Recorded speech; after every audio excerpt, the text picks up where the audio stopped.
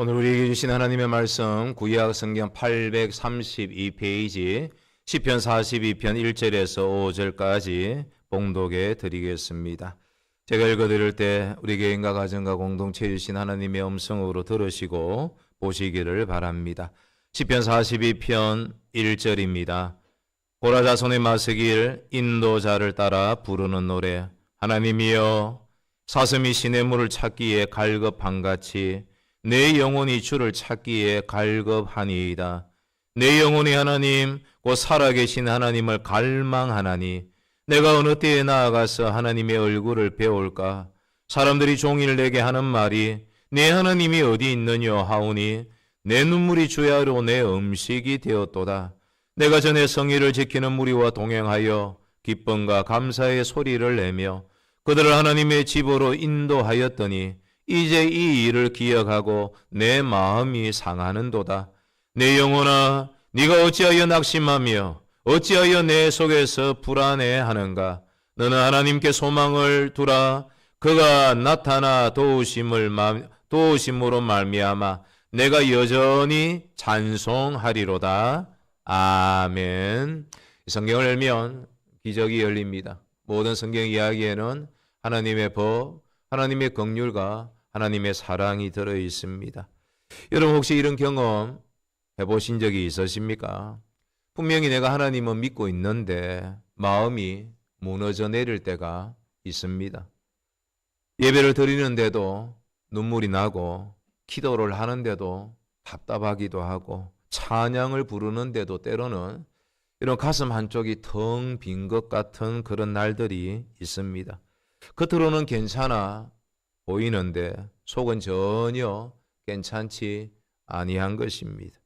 직장에서는 경쟁 가운데 버텨야 되고 가정에서는 자녀들 앞에서 웃어야 되고 교회에서는 믿음 좋은 사람처럼 이런 보여야 하는데 정작 혼자 있는 밤이 되면 이런 질문이 찾아올 때가 있습니다. 하나님, 지금도 저와 함께 계십니까? 왜 이렇게 지치고 힘이 드는 것입니까? 언제쯤이면 이 터널이 끝나게 됩니까? 어쩌면 오늘 이 자리에 앉아있는 누군가도 그런 시간을 보내고 있을지 모르겠습니다. 그런데 놀랍게도 오늘 본문에 이 기록한 시편 기자도 똑같은 상황, 그 마음을 가졌습니다. 그도 낙심했습니다. 그도 울었습니다. 그도 하나님께서 나한테서 멀어지는 제법 멀게 느껴지는 그런 시간들을 가졌습니다. 사랑하는 성도 여러분, 성도의 가장 큰 비극은 무엇일까요? 돈을 잃는 것이 아닙니다. 건강을 잃어버리는 것도 아닙니다. 하나님을 향한 거룩한 그 갈망, 하나님을 향한 그 갈급함을 잃어버리는 것입니다. 여러분 기억하십시오. 기도가 사라지고 말씀에 대한 그 사모함도 식어지고 예배에 대한 그 감사와 감격이 무디어질 때 우리 영혼은 점점 메말라 갑니다. 시편 기자는 그것을 누구보다 잘 알고 있었습니다. 사실 그래서 그는 하나님을 향한 그 발걸음, 그 하나님을 향한 그 갈망, 그것을 여러분 사슴에 대한 갈증, 목마른 그 갈급함에 비유하고 있습니다. 그리고 시편 기자는 그것을 절망으로 끝내지 않습니다. 눈물 속에서 하나님을 찾고 낙심 속에서 소망을 붙들게 됩니다. 그리고 무너진 그 자리에서 다시 찬양하기 시작을 합니다. 그리고 자기 영혼을 향해서 이렇게 선포하며 외칩니다. 내 영혼아, 내 영혼은 네가 어찌하여 낙심하느냐? 너는 하나님께 소망을 두라. 오늘 이 시편 기자의 말씀이 우리 자신의 말씀, 나를 향한 주님의 음성으로 들려지시기를 우리 예수님의 이름으로 축복합니다. 그래서 목마른 사슴이 시냇물을 찾듯 지친 영혼이 하나님을 다시 찾게 되어질 때 하나님은 반드시 나타나 도우시고 우리로 하여금 다시 찬양할 수 있는 그 자리에 세워주실 줄 믿습니다. 그래서 목마른 그 영혼을 향해서 말씀하시는 오늘 영적 메시지 그 첫 번째 1절에 우리에게 이렇게 알려줍니다.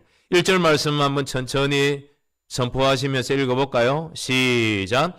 하나님이여 사슴이 시냇물을 찾기에 갈급한 같이 내 영혼을 주를 찾기에 갈급하니이다. 한번 따라해 보시길 바랍니다. 낙심의 순간마다 하나님께 더 가까이 가겠습니다.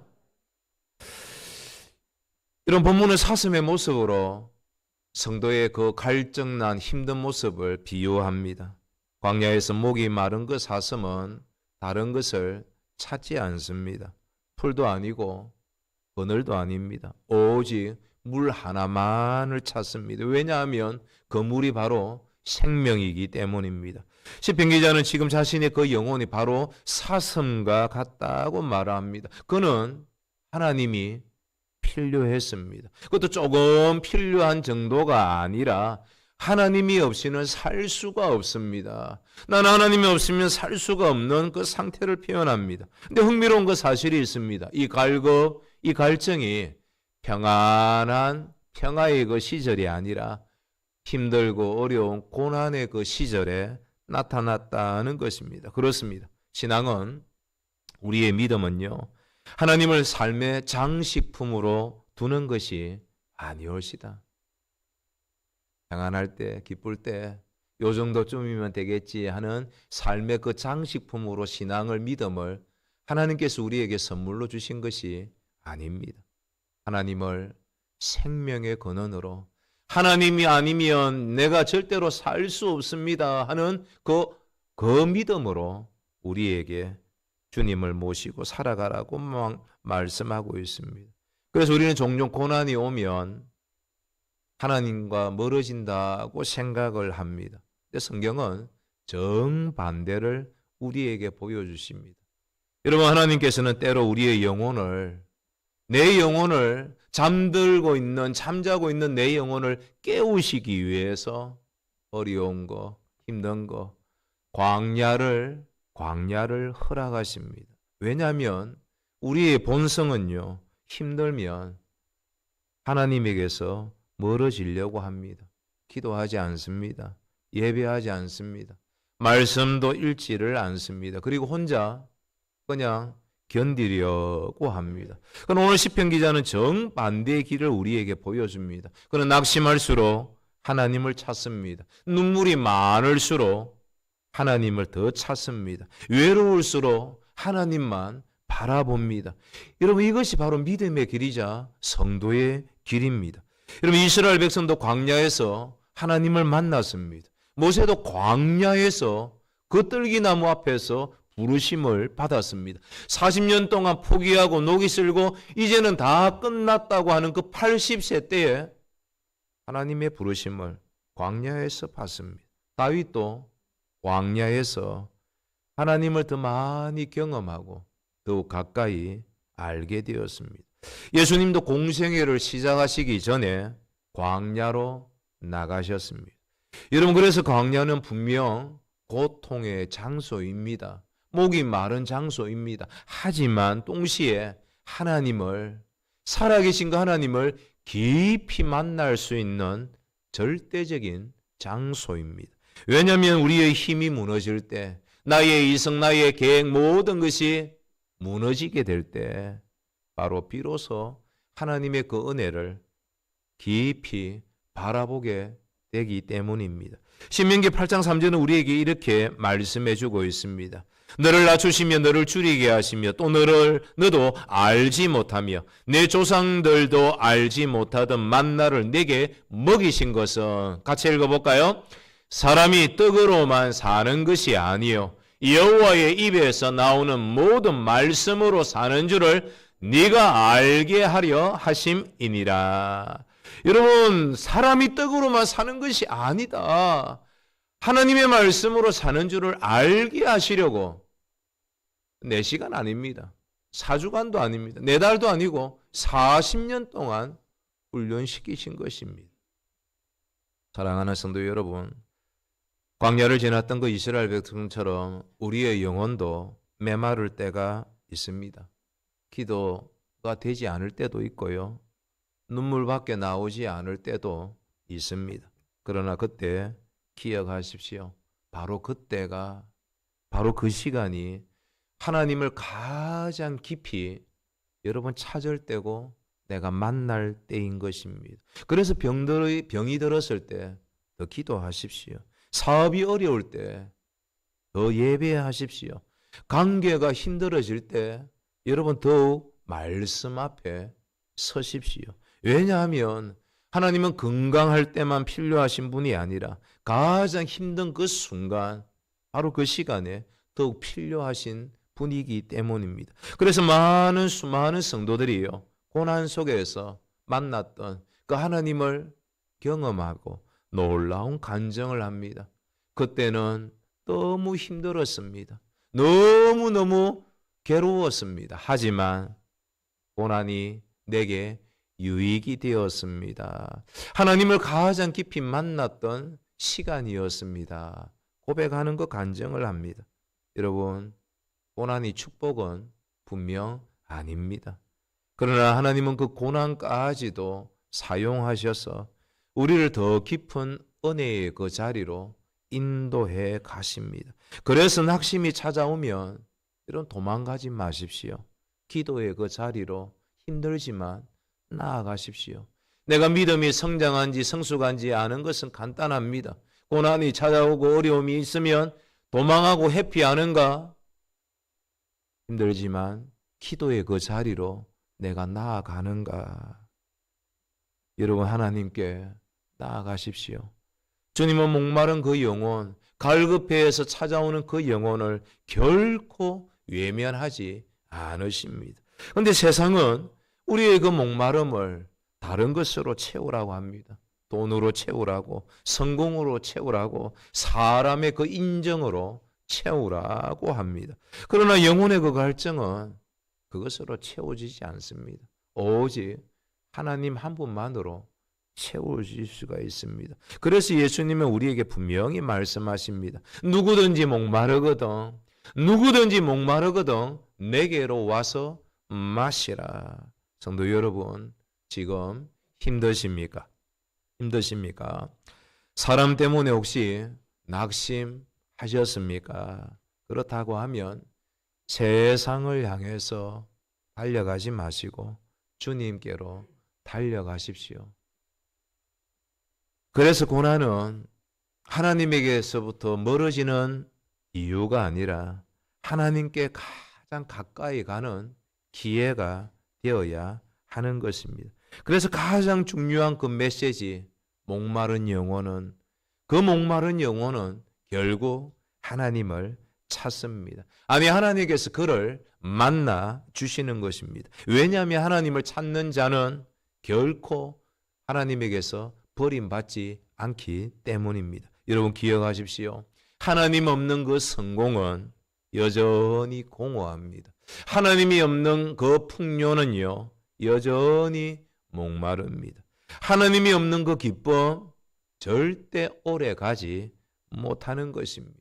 왜냐하면 우리의 영혼은 창조주를 향하도록 지음받았기 때문입니다. 주를 만나면 주님이 주시는 그 안식을 주시길 때까지 우리 영혼은 결코 안식할 수 없는 존재인 것입니다. 바라기는 우리를 외면하지 아니하시고 구하고 찾으라고 명령하신 그 좋으신 하나님을 우리가 고난의 어려움의 시간에 만나서 각자의 그 인생에 타는 그 갈급, 그 목마름이 해결되어지고 어느 순간 하나님을 찬양하는 그 자리에 설 수 있는 저와 여러분들 되시기를 예수님의 이름으로 축복합니다.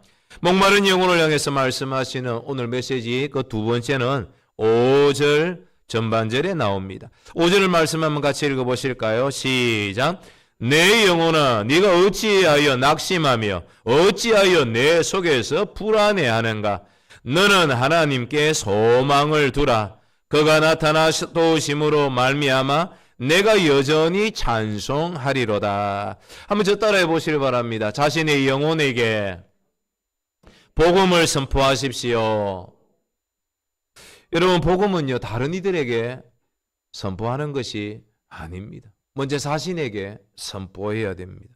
시편 기자는요, 어렵고 힘든 때 매우 놀라운 그 행동을 합니다.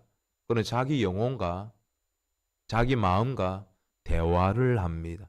다른 사람들한테 구질구질하게 구걸하면서 여러분 도움 요청하지 않습니다. 우리는 이것을 배워야 됩니다. 우리는 보통 낙심하면 마음이 상해서 감정에 끌려가지 않습니까? 그래서 친구도 팔아버리고요. 힘들면 교회도 팔아버립니다. 불안하면 그 불안에 끌려가지 않습니까? 두려우면 두려움에 끌려가는 것이 우리의 연약한 모습입니다. 그러나 시편 기자는 감정의 노예가 되지 않습니다. 오히려 자신의 그 영혼을 향해서 이렇게 질문을 합니다. 내 영혼아, 네가 어찌하여 낙심하느냐? 어찌하여 내 속에서 불안해하는가? 왜 낙심하느냐? 왜 불안하느냐? 여기서 우리는 중요한 신앙의 그 원리를 여러분 발견하게 됩니다. 믿음은요, 내 감정을 부정하는 것이 아닙니다. 여러분, 그래서 성경이 저는 참 좋습니다.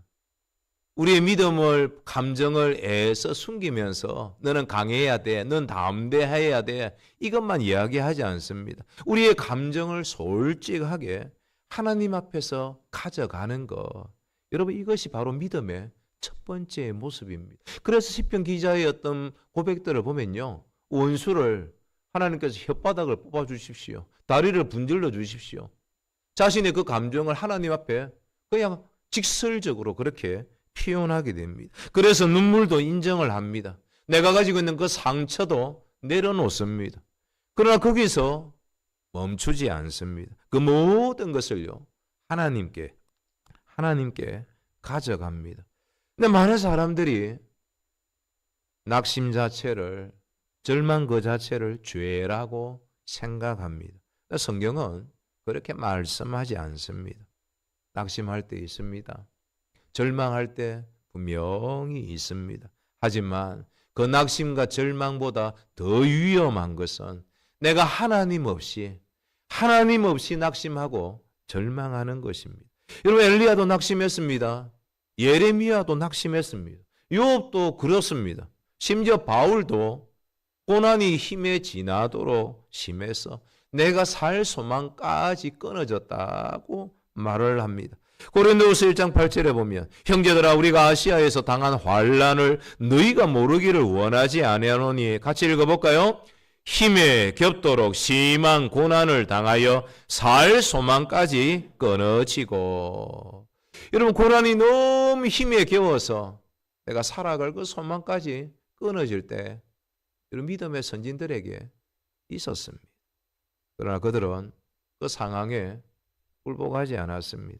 결국 하나님께 언제나 서게 되는 것을 보게 됩니다.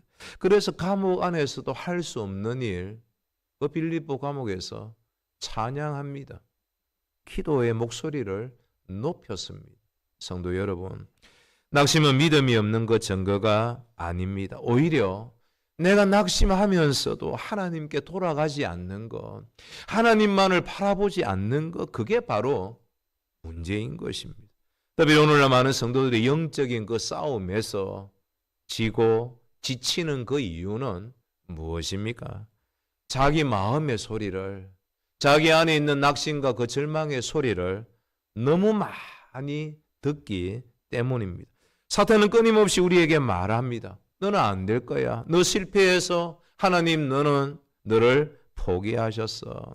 그러나 하나님은 우리에게 분명히 말씀하십니다. 너는 나의 자녀야. 내가 너와 함께 있다. 내가 너를 결코 버리지 아니할 거야. 여러분 기억하십시오. 성도는 감정으로 사는 사람이 아닙니다. 말씀으로, 변하지 않는 그 말씀으로 사는 사람입니다. 믿음의 사람은 자기의 그 감정보다, 그래서 하나님의 그 말씀을 더 크게 들어야 합니다. 더 크게 듣는 사람이 믿음이 강한 사람이고 더 담대한 모습으로 하나님 앞에 설 수 있습니다. 왜냐하면 우리 감정은 수시로 변합니다. 환경도 변하고요, 사람도 변합니다. 그러나 하나님의 말씀은 변하지 않기 때문입니다. 이 부분을 영국의 설교자, 20세기의 최고의 설교자였던 마틴 로이드 존스 목사님은 20편 42편을 설교하면서 이 본문을 이렇게 말했습니다. 영적 침체라는 그 책에서요. 한번 같이 읽어볼까요? 이해하실는지 모르겠습니다. 같이 한번 읽어보겠습니다. 시작. 우리 삶의 많은 불행의 이유는 자신에게 말해야 할 때 자신이 하는 말만 듣고 있기 때문이다. 접수가 되십니까? 이해가 조금 생각을 하셔야 됩니다. 우리의 진짜 문제는요, 낙심 자체가 아니라 자신이 하는 말, 내 속에서 그냥 들리는 그 말, 그 낙심의 소리를 계속해서 듣고 있기 때문입니다.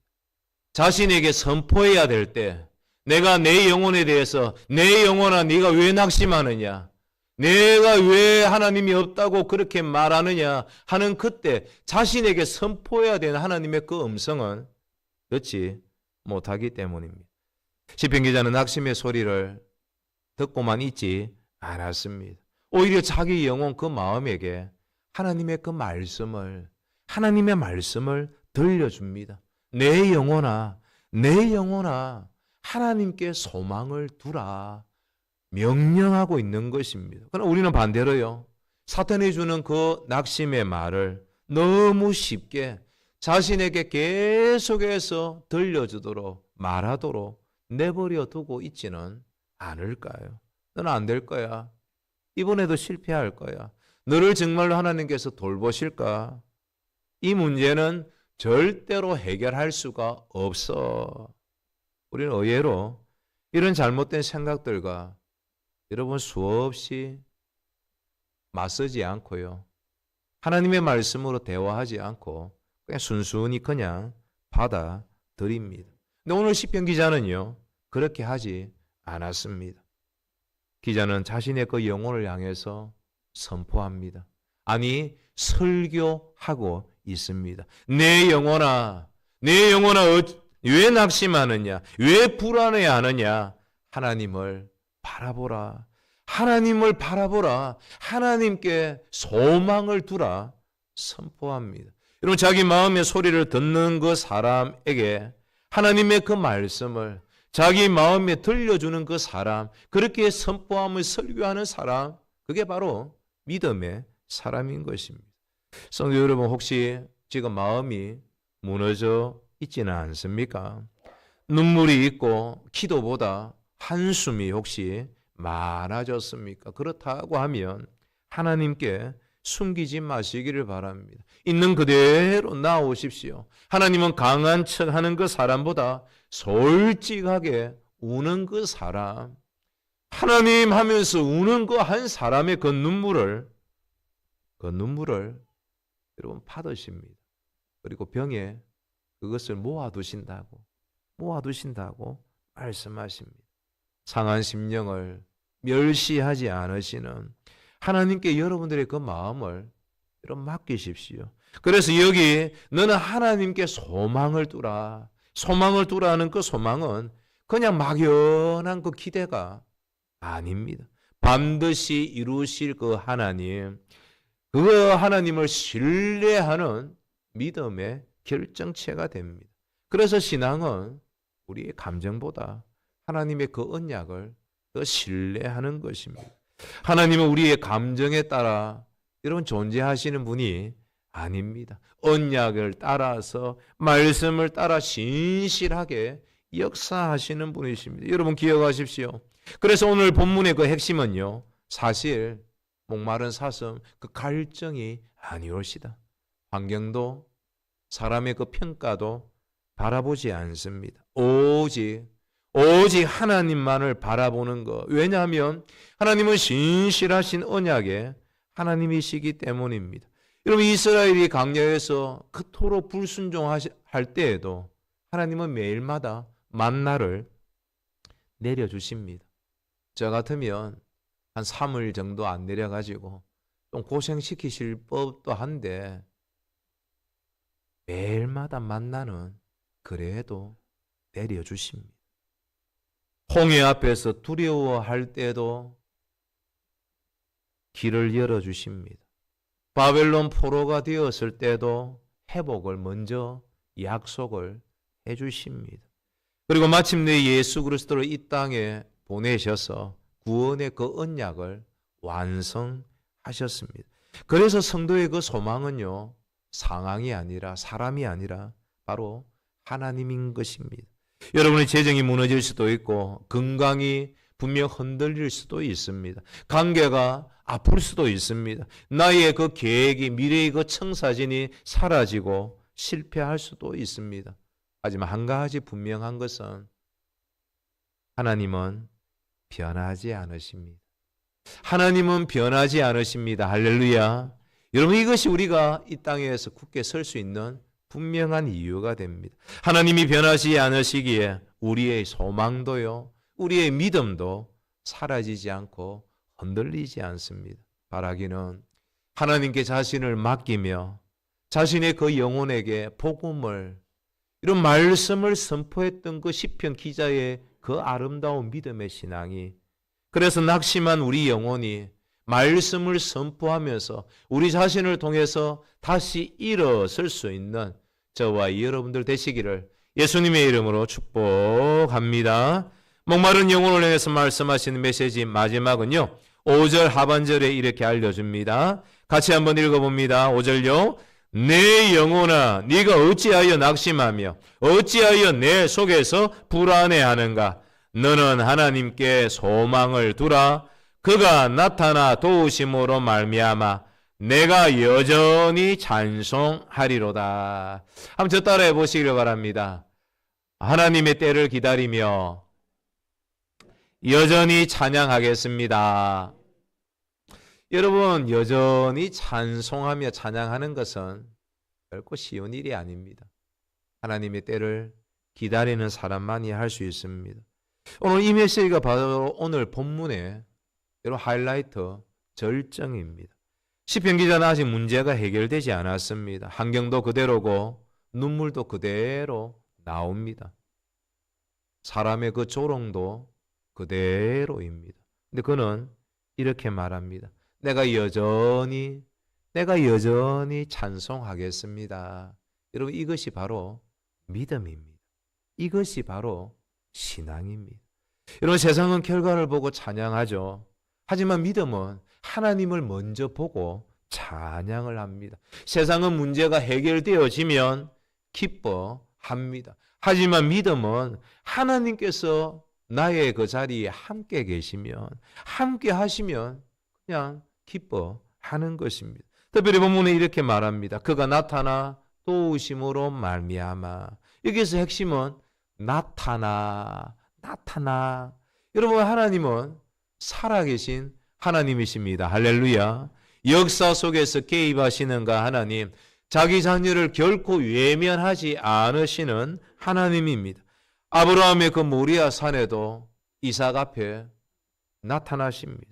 모세가 있던 그 광야의 40년 세월 끝자락 그 떨기 나무에도 나타나십니다. 다니엘의 그 사자굴에도 사자의 입을 막으시면서 전사와 함께 하셨습니다. 여러분, 우리의 삶 속에 모든 위기가 있었지 않습니까?